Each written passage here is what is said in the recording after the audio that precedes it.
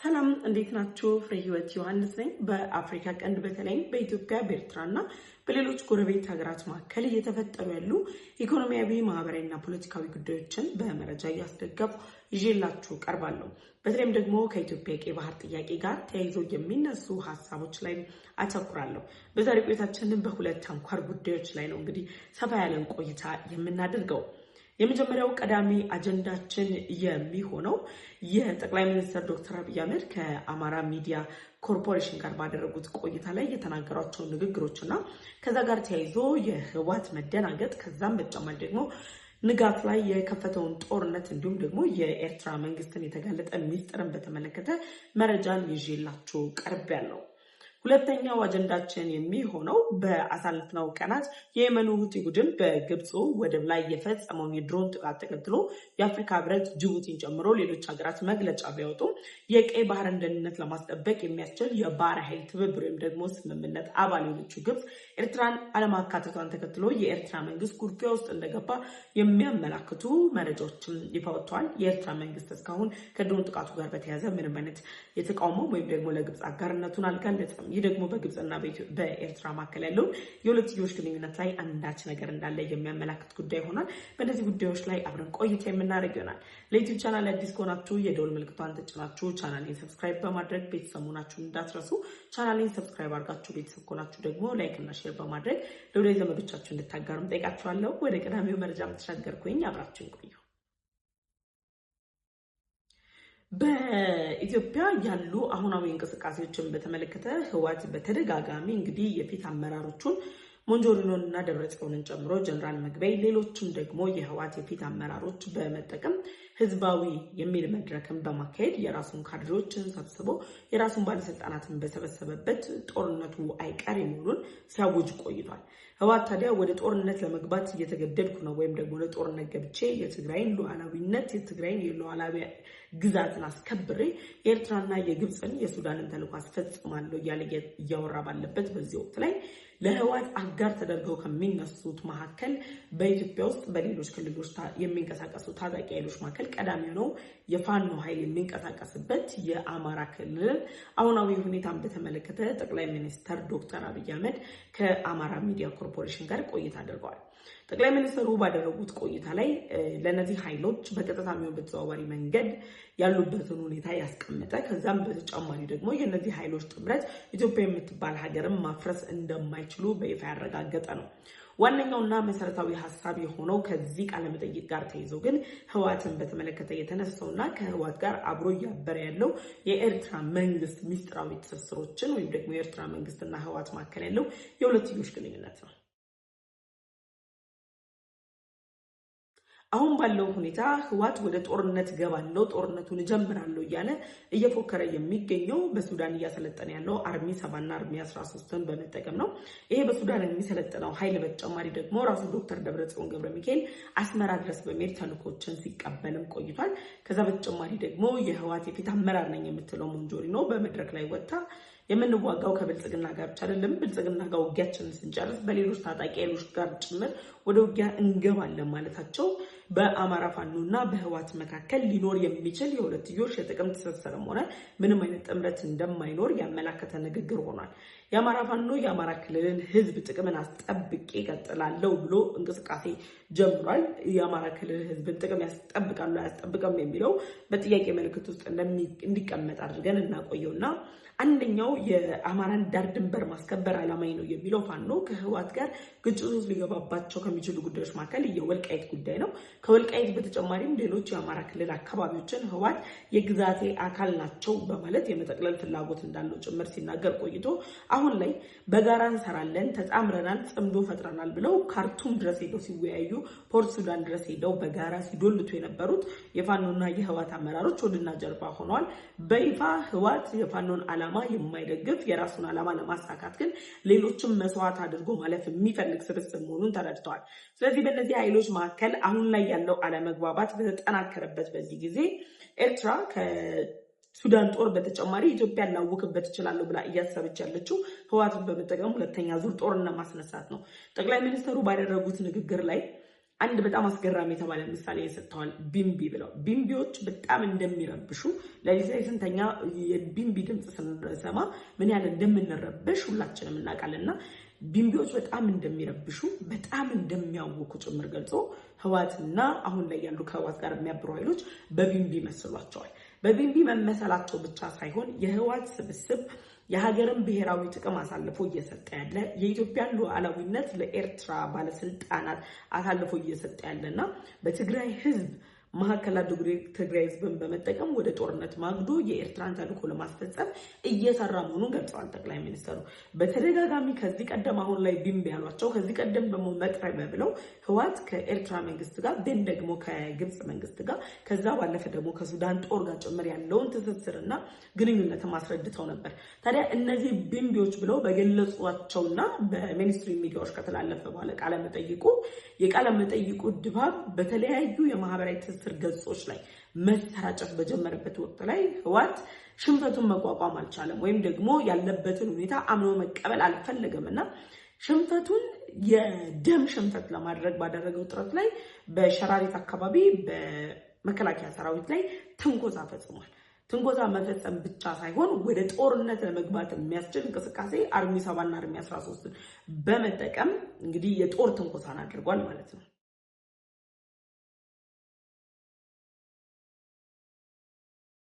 አሁን ህዋት የጀመረው የጦር ትንኮሳ ኢትዮጵያን እንመራታለን እናስተዳድራታለን ወይ ደግሞ ለኢትዮጵያ እናስባለን ለትግራይ ህዝብ ልውና እናስባለን ሲል የነበረው ህዋት ለትግራይ ህዝብ እንደማያስብ ህልሙ 4 ኪሎ መግባት እንደሆነ 4 ኪሎ ሲገባ ደግሞ የራሱን ጥቅም የግለሰቦችን ጥቅም አስጠብቆ እንጂ የህዝብን ጥቅም አስጠብቆ ሊገባ እንደማይችል ተረጋግጧል።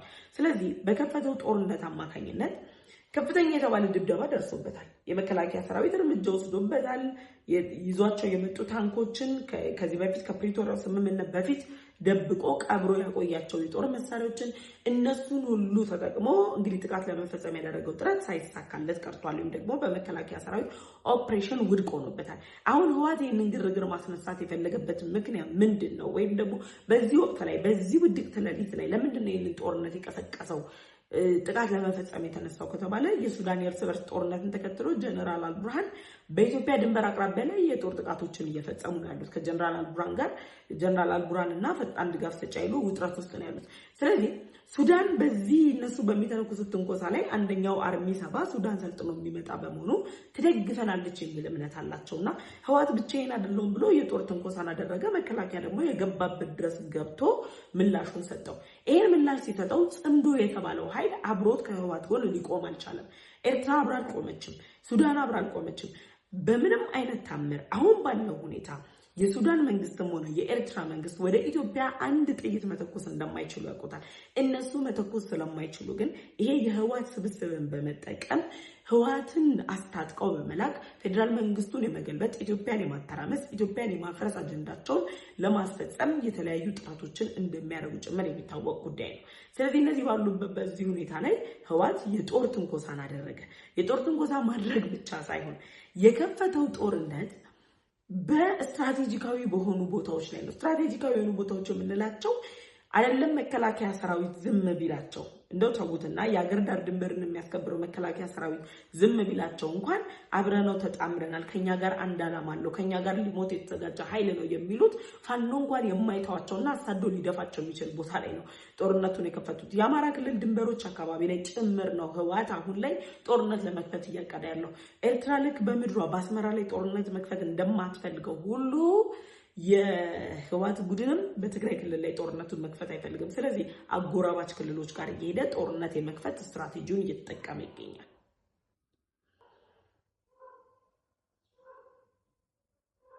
ዜን ህዋት ልክ ይህንን እንቅስቃሴውን እንደጀመረ ጦርነቱን እንደከፈተ መከላከያ ፈጣን ምላሽ ሲሰጠውና የመከላከያን እርምጃ መቋቋም እንደማይችል ሲገነዘብ በዶክተር ደብረጽዮን የሚመራው የቲፒኤልኤፍ ቡድን መግለጫ ወጣ። በመግለጫው ምንድነው ያለው?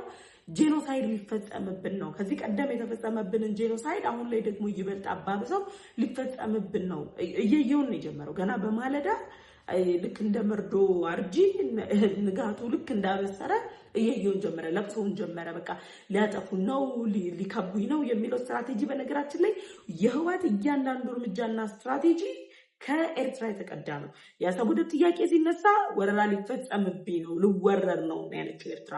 አሁንም ደግሞ ይሄ የህወሓት ስብስብ እያለ ያለው ምንድን ነው?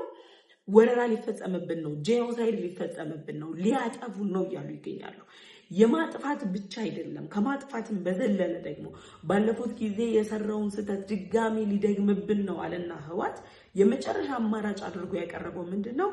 መላው የትግራይ ተወላጅ ዲያስፖራ የሆነ በክልሉ የሚኖር በመላው ኢትዮጵያ የሚኖር የሃይማኖት አባት ምሁሩ፣ ሊቁ፣ ደቂቁ ልክ ይሄ የሀገርን ክብር የሚያስከብር እንደ ህዳሴ ግድብ አይነት የተሰራ አሰብ ወደብን እናስመልስ የሚል ጥሪ የጠራ ይመስል ህዝባዊ ጥሪን አቀረበ። ድረሱልኝ፣ በቃ ጥቃት ሊፈጸምብን ነው። ስለዚህ ህልውናችንን መታደግ አለብን።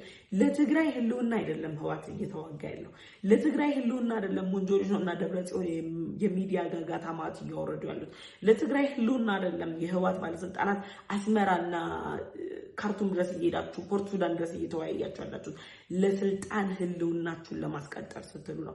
አሁንም ኑ ድረሱልኝ ሲሉ የትግራይ ወጣት ዛሬም ድረስ ፌዴራል መንግስቱ ይድረስልን፣ ፌዴራል መንግስቱ ይህንን የህወሓትን ጦር በጀመረው የጦር ትንኮሳ ላይ እርምጃ ወስዶ ለአንዴና ለመጨረሻ ጊዜ ዝም ያስብልልን እያሉ ነው የሚገኙት። በነገራችን ላይ አሁን ባለው ሁኔታ ኤርትራ የምትከተላቸውን ስልቶች ሁሉ እየተከተለ ያለው ህወሓት ቀጣይ ስትራቴጂካዊ ተብሎ ሊወስደው የሚችለው አንዱ እርምጃ በትግራይ ክልል ላይ የኢንተርኔት አክሰስን ማቋረጥ ነው።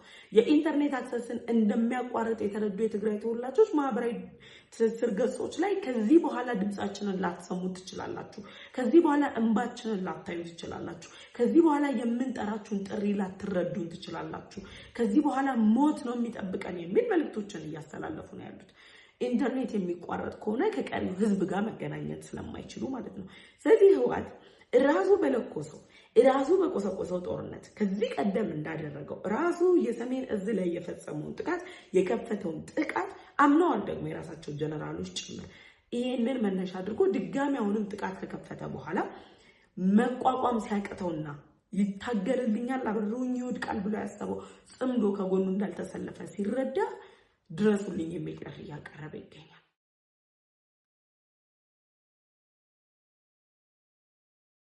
ስለዚህ ከዚህ የህወሓት እንቅስቃሴ በስተጀርባ ላይ የኤርትራው ፕሬዝዳንት ኢሳያስ አፈወርቂ ሚስጥር አለ። የእሳቸው ሚስጥር ምንድን ነው?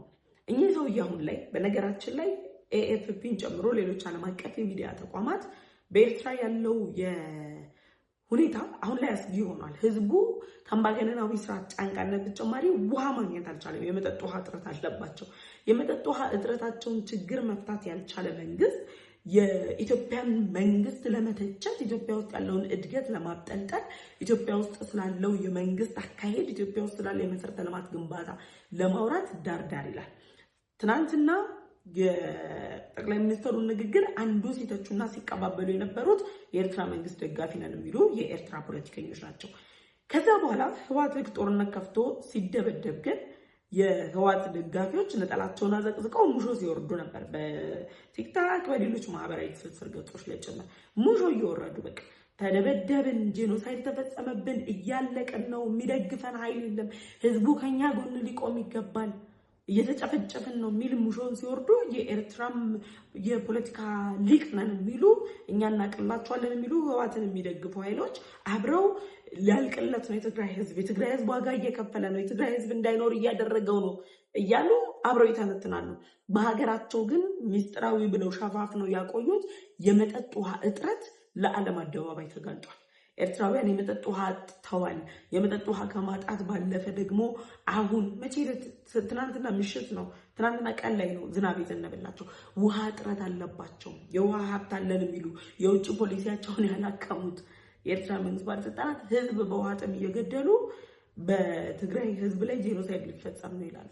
ራሳቸው በሚያስታጥቁት የጦር መሳሪያ ህወሓት የሚፈጀውን ህዝብ፣ ህወሓት እያንቀለቀለ ወደ ሞት እየነዳ ያለውን ህዝብ የፌዴራል መንግስቱ ነው እንደዚህ የሚያደርገው የሚል አዲስ አጀንዳ አስመስለው አቀለባብሰው ለማቅረብ ይሞክራሉ። ስለዚህ የኤርትራውን ፕሬዝዳንት ኢሳያስ አፈወርቂን ሚስጥራዊ ጥምረታቸውን ሱዳን ላይ የሚያሳጥቁትን አርሚ 7 ራሳቸው አሰብና ምጽዋ ላይ ያከማቹት የጦር መሳሪያ ዶክተር ደብረጽዮን ወደ አስመራ ድረስ ሄደው የሚወያዩባቸው ሚስጥራዊ ቢሮዎቻቸውን ጭምር ያዘጋጁት ፕሬዝዳንት አሁን ላይ ደግሞ የሰላም ሰባኪ መስለው በፖለቲከኞቻቸው በኩል የህወሓት ነፃ አውጪ ሆነው ቀርበዋል። አሁን ባለው ሁኔታ ላይ የኤርትራ መንግስት ህወሓትን እየደገፈ መሆኑን ዓለም አቀፉ ማህበረሰብ ተረድቷል። ምክንያቱም ህዝብ ለህዝብ ጥምረት በሚል ሽፋን ወታደራዊ ጥምረትን ፈጥረዋል። እየተቀባበሉት ያለው የጦር መሳሪያ ነው። ከዚህ የጦር መሳሪያ ቅብብል በስተጀርባም ግብጽ አለችበት። ስለዚህ እነዚህ ሶስት ኃይሎች ተጣምረው አርሚ 7 እና አርሚ 13ን ተጠቅመው ትንኮሳ አደረሱ። ለትንኮሳቸውም ፈጣን ምላሽ ተሰጣቸው። ፈጣን ምላሽ፣ የማያዳግም ምላሽ፣ ደግሞ ቢተነኩሱ ሊደርስባቸው የሚችለውን ጥቃት እንዲገነዘቡ ተደርገዋል። በምላሹ ምን እያሉ ነው ያሉት? ድሮኖች አሉን፣ መከላከያዎች አሉን። 400 ሚሊዮን የአሜሪካን ዶላር አውጥታችሁ የገዛችሁት የድሮን መከላከያ እንኳን ድሮን ሊከላከል ይቅርና በሰማይ የምታልፍ ወፍ በራሪ ወፍ መምታት እንደማይችል ራሳችሁ በአደባባይ አምናችኋል። መድኃኒት የለንም፣ የትግራይ ህዝብ እየተማረ አይደለም፣ የትግራይ ህዝብ የመሰረተ ልማት ችግር አለበት ብላችሁ ህዝቡን ወደ እልቂት እየገፋችሁ እየማገዳችሁ መሆናችሁን ደግሞ ዓለም ተረድቶታል። ስለዚህ ጠቅላይ ሚኒስትሩ የጽምዶ ሚስጥር አጋልጠዋል። ጽምዶ ለህወሓት እንደማያዋጣው በነገሩ በሰዓታት ልዩነት ውስጥ ህወሓት ትንኮሳ ፈጸመ፣ ጽምዶ ይደርስልኛል አለ። የጽምዶ ያለ ተብሎ ቢጮ፣ የጽምዶ ያለ ተብሎ ቢፈለግ፣ የጽምዶ ያለ ቢባል የለም፣ ጽምዶ የለም፣ አድራሻውን አጥፍቷል። በየትኛውም በኩል ከህወሓት ጋር የተጣመረው ኃይል ፈርሷል። የቅድመ ዝግጅት ተሰርቶበታል። ፕሮፓጋንዳቸው ሁሉ ፈርሷል። ዓላማቸው የተለያዩ መሆናቸው ታይቷል። ዓለም አውቋቸዋል። የትግራይ ህዝብ ዛሬን ግን ድረሱልን እያለ ጩኸቱን እያሰማ ይገኛል። በዚህ ጉዳይ ላይ ሀሳብ አስተያየታችሁን ኮሜንት ሴክሽን ላይ አሳውቁኝ። ወደ ሁለተኛው አጀንዳም ተሻገርኩኝ። ሁለተኛው አጀንዳችን የግብጽ የኢኮኖሚ መሰረት የሆነው ስዊዝ ካናል ላይ ያለው የዳይሜታ የተባለው ወደብ በየመኑ ሁቲ ቡድን የድሮን ጥቃት ተፈጽሞበታል። የድሮን ጥቃት አልተፈጸመብንም በሚል ደረጃ አልፈጸመም የየመኑ ሁቲ ቡድን ብላ ግብጽ ስትሸፋፍን ነበር። መረጃውን ይፋ ማውጣት አልፈለገችም ነበር። አሁን ላይ ባለው ሁኔታ ግን ባለፉት 2 ቀናት የግብጽ ባለስልጣናት በይፋ የየመኑ ሁቲ ቡድን ዳሜታ የተባለው የግብጽ ወደብ ላይ የድሮን ድብደባ መፈጸሙን የሚያሳዩ መረጃዎችን አጋልጠዋል። ግብጽ የጥቃት ሲፈጸምባት ጅቡቲ በግብጽ ላይ የመጣው በግብጽ ወደቦች ላይ የተፈጸመው ጥቃት ነገ በጅቡቲ ወደቦች ላይ አይቀሬ መሆኑን በማመን የቀይ ባህር ጥቃት ቀይ ባህር ላይ የሚከፈት የትኛውም እርምጃ የሚመለከታት መሆኑን ገልጻ ተቃውማለች። ከጅቡቲ መቃወም በተጨማሪ የአፍሪካ ህብረት መግለጫ አውጥቷል። የአፍሪካ ህብረት ባወጣው መግለጫ ላይ በግብጽ ወደብ ላይ የተፈጸመው የድሮን ጥቃትን አውግዞ ይህ የድሮን ጥቃት ለግብጽ ብቻ ሳይሆን ለመላው አፍሪካ ስጋት የሚሆን የኢኮኖሚ ስጋት የሚሆን በተለይ ደግሞ አሁን ላይ የአፍሪካ ቀንድ ውጥረት ባለበት በዚህ ወቅት ላይ መሰል ጥቃቶች መፈጸማቸውና የቀይ ባህር ደህንነት መታወቅ አደጋ እንዳለው ገልጿል። የአፍሪካ ህብረት ጅቡቲም ስትቃወም፣ የአፍሪካ ህብረት ሲቃወም፣ ሌሎችም ደግሞ ተቋማት ሲቃወሙ ኤርትራ በጉዳዩ ላይ ዝምታ መርጣለች። ካስታወሳችሁ ኢቨን ሳምንታት ነው ያለፉት። የኤርትራው ፕሬዝዳንት ኢሳያስ አፈወርቂ ካይሮ ቆይተው የኤርትራን ህልውና የኤርትራን ሉዓላዊነት የሚያፈርስ የትኛውም ኃይልና አጀንዳ ላይ በጋራ እንቆማለን፣ አጋርነቴን አሳያለሁ ስትል ግብጽ፣ ኤርትራም ደግሞ ለግብጽ ህልውና የግብጽን ስትራቴጂካዊ በሆኑ ቦታዎች ላይ የሚፈጸሙ ጥቃት ግብጽን ነካ ማለት እኔም ማለት ነው የሚል የጋራ አቋም ይዘው መግለጫ አውጥተው ነበር። የነሱ የጋራ አቋም መያዝና የነሱ መግለጫ ማውጣት ብቻ ሳይሆን ግን እነዚህ 2 ሀገራት ኢትዮጵያ የምትባል ሀገር በጣምራ ሆነው ጥቃት ለመፈጸም ህወሓትን እያስታጠቁ ነው ያሉት።